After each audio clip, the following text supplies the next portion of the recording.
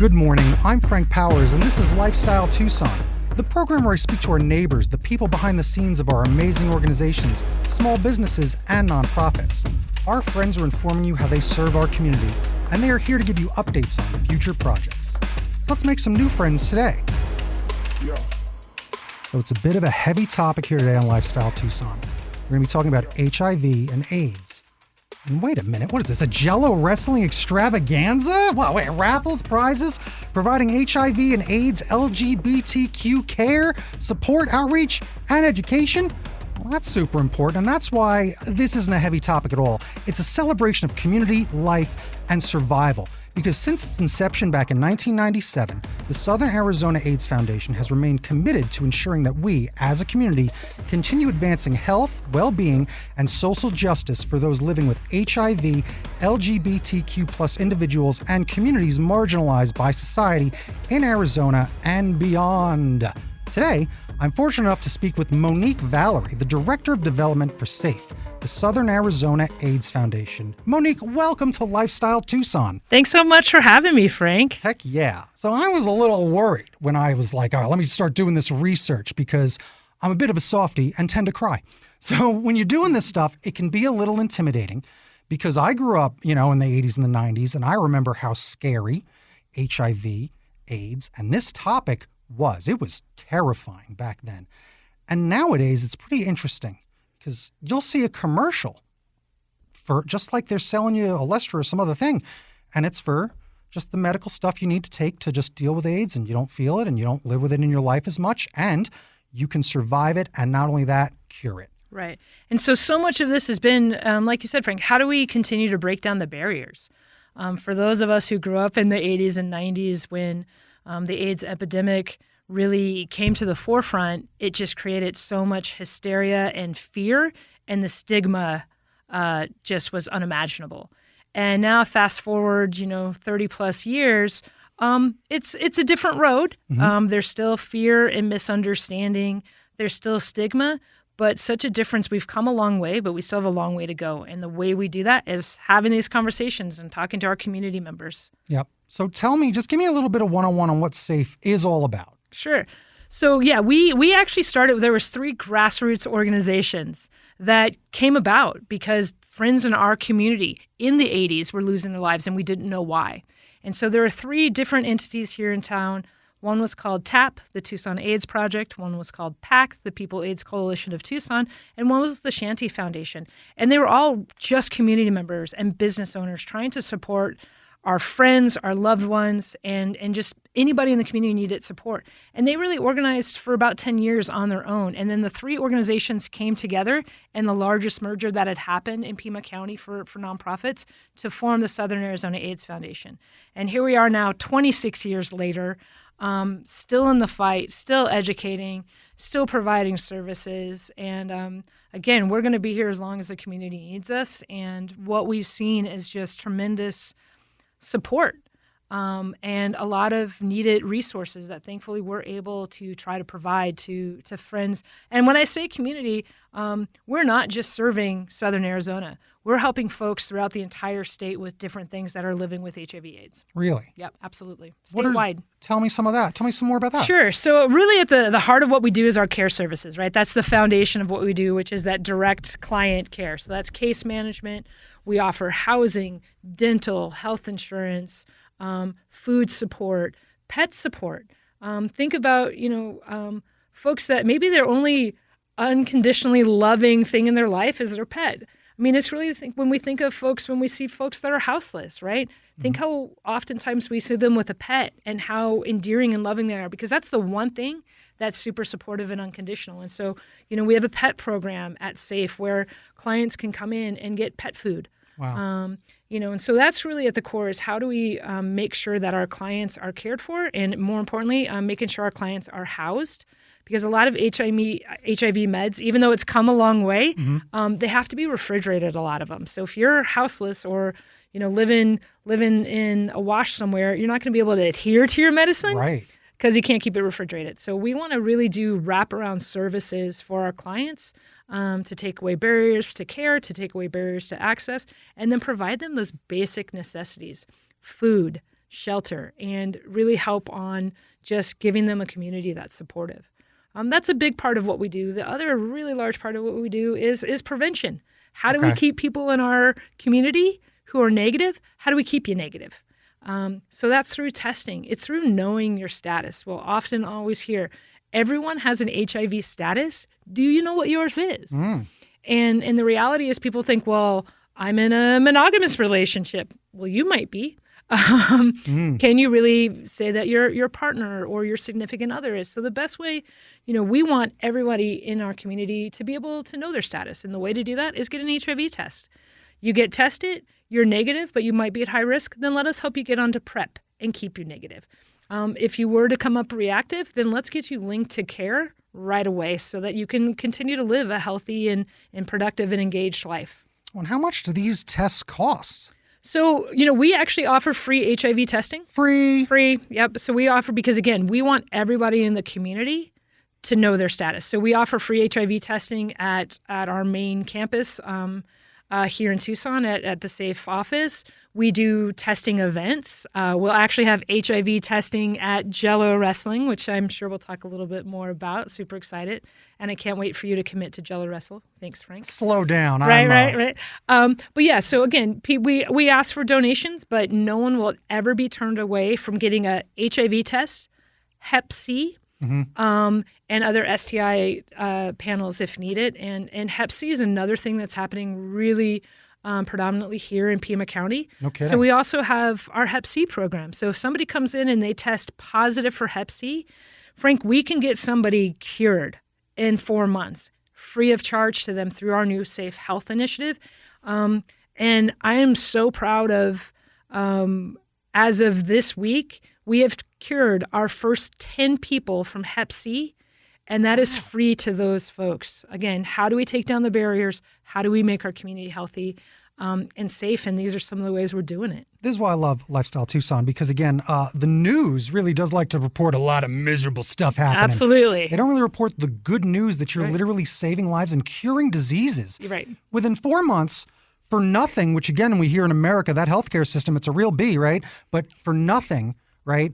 You're helping people get past this. My girlfriend was just telling me a story about a friend that she knew that got Hep C. It ruined his entire life, his personality. It ruined him as a person. He couldn't mentally wrap his head around it, and it really destroyed him. Absolutely. And the thing is, again, there's so many barriers. How are we helping the communities that are marginalized? How are we helping the communities that folks consider they're on the fringe? It's really easy to put in our heads or create a vision of who we think would have Hep C or who we would think has HIV, right? And that's part of that stigma that we really want to keep breaking down. Anybody can get HIV. Anybody can get Hep C. So that, we often think of the person who's, houseless and living at the park, and they must be a drug user, and they must be this and they must be that.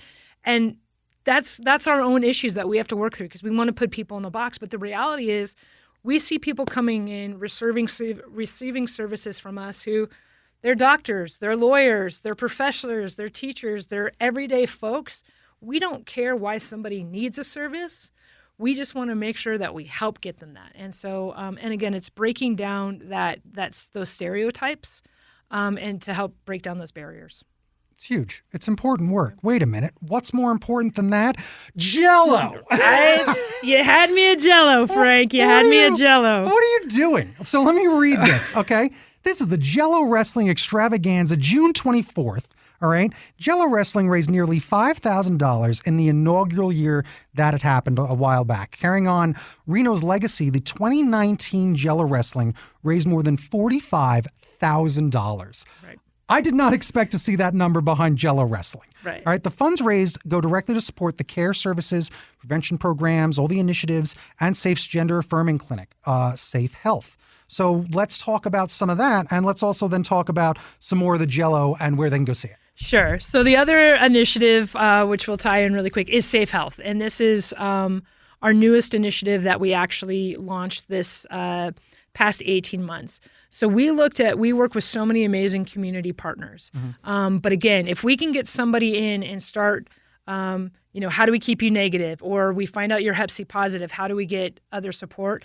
we knew that one of the big areas is LGBTQ affirming care, because even though doctors take oath, there's still a lot of stigma, and there's still a lot of this pressure and shame that I'm not going to treat someone. So, folks don't understand how to work with, community members who are trans, right? Right. Someone is now living their authentic and best life.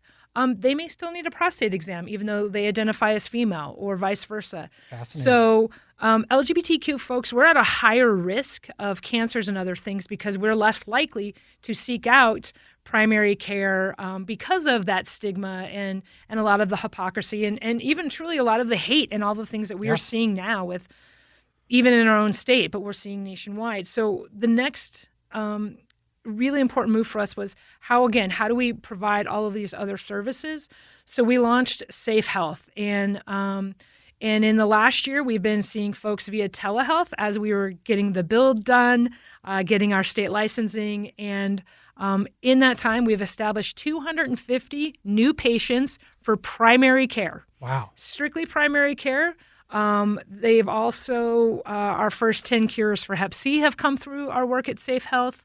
And we're so excited. We recently received our state licensing. So in early fall in September, we'll actually be doing the ribbon cutting. So patients will actually be able to come in person.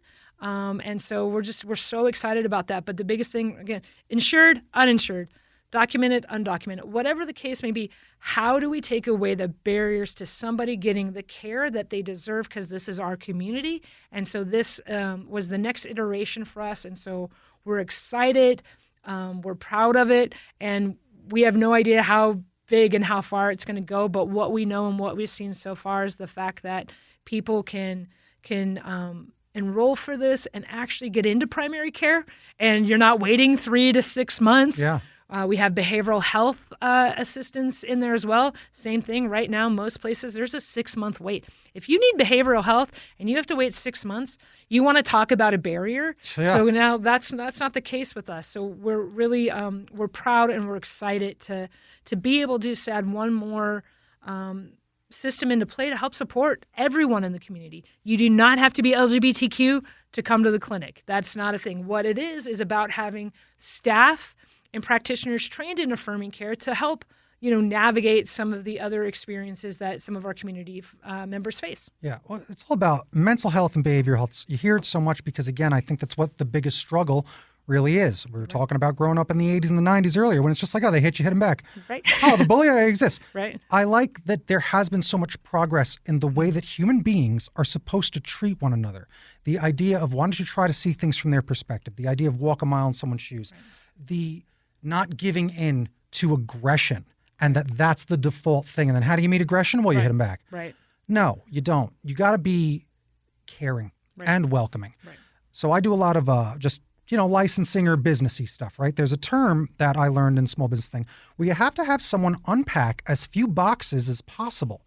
So when you set up your art table, you got to have prices out because no one's going to ask you the price. They feel anxious about it. That same thing, that same model works with many things, including this organization that is trying to take away all the barriers so that you feel comfortable, because it's hard to ask someone, what's this cost?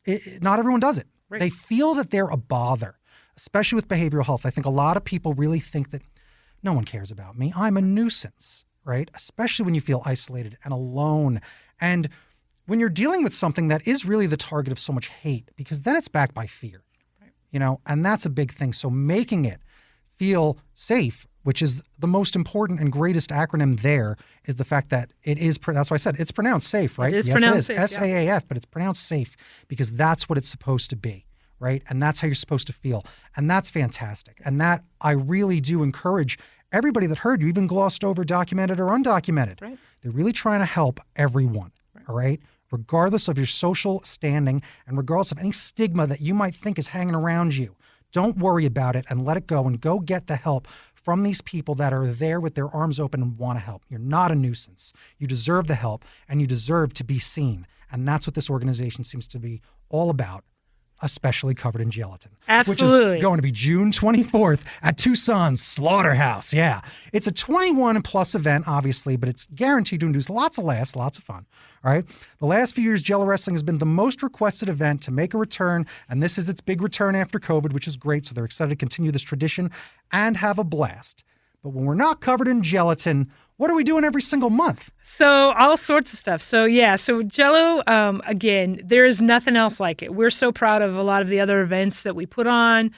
This fall, we'll have our 35th annual AIDS Walk. We have the oldest walk in town. That's great. Nobody else does Jello. Nobody else can pull off Jello. And so it is an over 21. Teams wrestle in non-food grade Jello because we wouldn't want to waste food. We have a food program. Okay. This past week, we actually, my team and I, on Monday, we made close to 300 gallons of Jell-O. We might have some feelings about Jell-O. It looks like Jell-O. It feels like Jell-O. It doesn't taste like Jell-O. Deal. But teams wrestle in Jell-O. We've got some amazing local entertainers that help support us for the event. We do an auction items. We also have a raffle to wear two tickets to Pink. But again, being able to come back in community and celebrate something that started here in our community. This event will be 33 years this year. It should have actually been 36 years old. Right. Had a little hiatus, I think we all remember the world went upside down for a few years. Yeah. But we're so excited because, again, there's nothing else like this. To see teams who want to come out and, engage in some shenanigans and then raise some money for a nonprofit is pretty phenomenal. And like I said, we have a lot of our community partners there. Queer Story will be there. Our partners from testing and from the health department and other things. So we'll be offering HIV and some other tests and just be able to educate, but do it in a really fun environment. And Slaughterhouse and Bobby's team are so supportive and so welcoming of us and give us such a great place to host these shenanigans. So really excited. I don't think I've heard the use of the word shenanigans so appropriately in some time. Right. This is shenanigans. There's no better word. And it's the only probably appropriate thing I can say on the radio. That's so funny. That is happening, the big 35th anniversary AIDS Walk. But do you guys have a walk every month? No, so we don't do a walk every month. So our walk is once a year. So that will be in October. And we're actually in our 10th year partnering with Tucson Meet Yourself. Nice. So a big part of also, I think, for SAAF, it is about our community partners. Yes. We're not standing on this alone. We are standing on the shoulders of so many other folks and entities that helped got us to this point. So we're super excited for Tucson Meet Yourself in October. To have the 35th anniversary of the walk is phenomenal.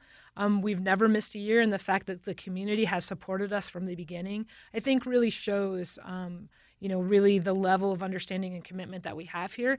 But once a month, we're doing definitely different outreach events. We've got testing going on. We've got volunteer events coming up. Obviously in June, there's a lot of stuff happening in June with Pride Month.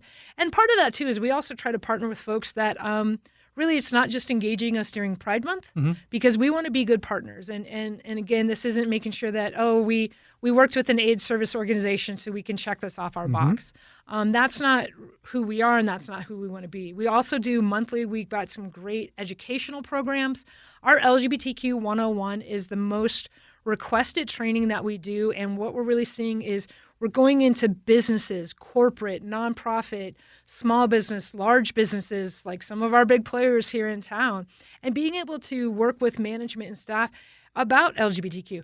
What is a pronoun? Why does it matter? Or how do we offer, support and connections with parents who are like, my child just came to me and now said, I'd like to be called a different name, or I'm non-binary. And we have such high rates of LGBTQ youth suicide that it's because we don't have supportive, environment and structure set up for youth. So one of the big ways is, yes, as a parent, we all have to process different things. But the bottom line is, no matter what, I love my kid. I want my kid here.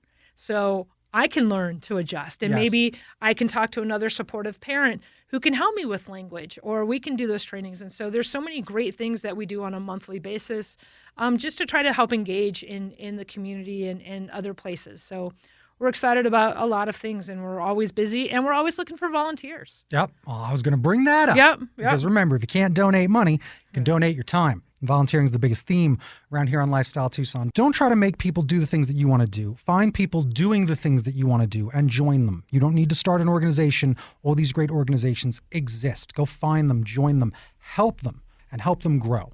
That's the way it works, because that's what community is all about. It's about making friends and making people really feel comfortable. And that's something that I just want to talk about, just from my experience, right? So here's my experience. I'm a New Yorker who loves art and does all this and wants to be in a play. So I used to get beaten up for "you must be gay" growing up. Be that as it may, right? It's tough to grow up, and it's tough to really be struggling with that sort of thing. And then as I grow older, I make friends. My best friend is gay, right? I still deal with some of these people that have just never been around a gay person. Mm-hmm. Same people that have never been around a black person. And again, New York's the melting pot, right. But that is the problem that I feel with a lot of people. They're just uncomfortable. And because you're uncomfortable and you're an American, you think it's a crime. You think it's a crime that you're not getting this instant feeling. You think it's a crime to be made to feel uncomfortable. And you react defensively, and you react angrily, and you react, and I've seen it. And then when I introduce people and get them to really realize that a lot of their preconceived notions are, of course, wrong, wildly wrong. I got stories. It's just insane what people can think. I had a Jewish teacher that taught in the Midwest. This has nothing to do with gay, straight, anything. He taught in the Midwest, and one day it comes up that he's Jewish. And the class is like, what? Mm-hmm. They all react. And they asked him where his horns were. How do you fit your feet in your shoes? Because they thought he had cloven hooves. Right. That's how bad it was. This is the late 90s. This is not the 1890s, okay?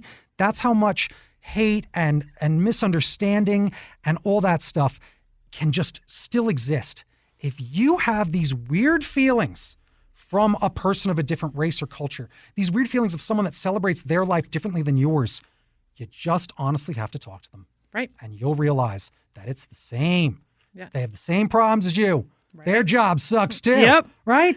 Yeah. And that's what I feel. I feel that some people really just are so unused to being uncomfortable, and they look at it like it's a crime. Right. Frank, I'll give you an example that literally just happened this past week, talking about that, that perception we have of someone else, or how is this going to happen? And it's easy for us. Again, we look at somebody and we put them in a box, mm-hmm. right? And so we were at one of our community partner events this past weekend. We were with our local football club. We were at FC Tucson for Pride Night, and they're very supportive.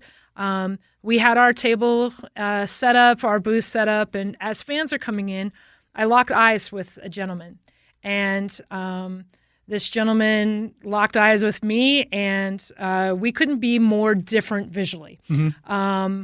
And I'm sure in his head he's thinking, "Whoa, that's a big lesbian," and in my head I'm thinking, "Oh, that's a big redneck." Mm-hmm. And he starts coming right at me, and I'm like, in my head, I'm like, "Oh God, how is this going to go?" He had a baseball cap on that said AK-47. He had a large American flag, torn American flag mm-hmm. tattoo. Beautiful tattoo. But again, in my head, this moment of how is this interaction going to go? Because again, for both of us looking at each other, we probably weren't going to be able to have this conversation. And so in my head, I'm preparing how to have this. And this gentleman walked up with his son. His son was probably about 10 years old. And he looked at our tent. He looked back at me and he said, "Wow, I used to work for TAP." TAP was our founding organization. It was 35 years ago, the Tucson AIDS Project. And I literally just was taken aback because everything that I had decided about him, because my own spidey senses went, mm-hmm. this doesn't match what I feel comfortable with. We engaged in one of the most incredible conversations that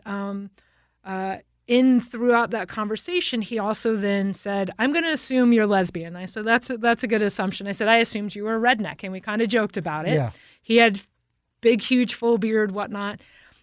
He said, "I'm a pastor," and I went, "Uh-oh." I'm like, where's this going to go? Right. And he said, "I just resigned my pastorhood," and he goes, "I want to tell you that to all of the people you love, to you, all of your friends, I am so sorry about the hatred and the misinformation that's coming from our community right here, Frank." Wow.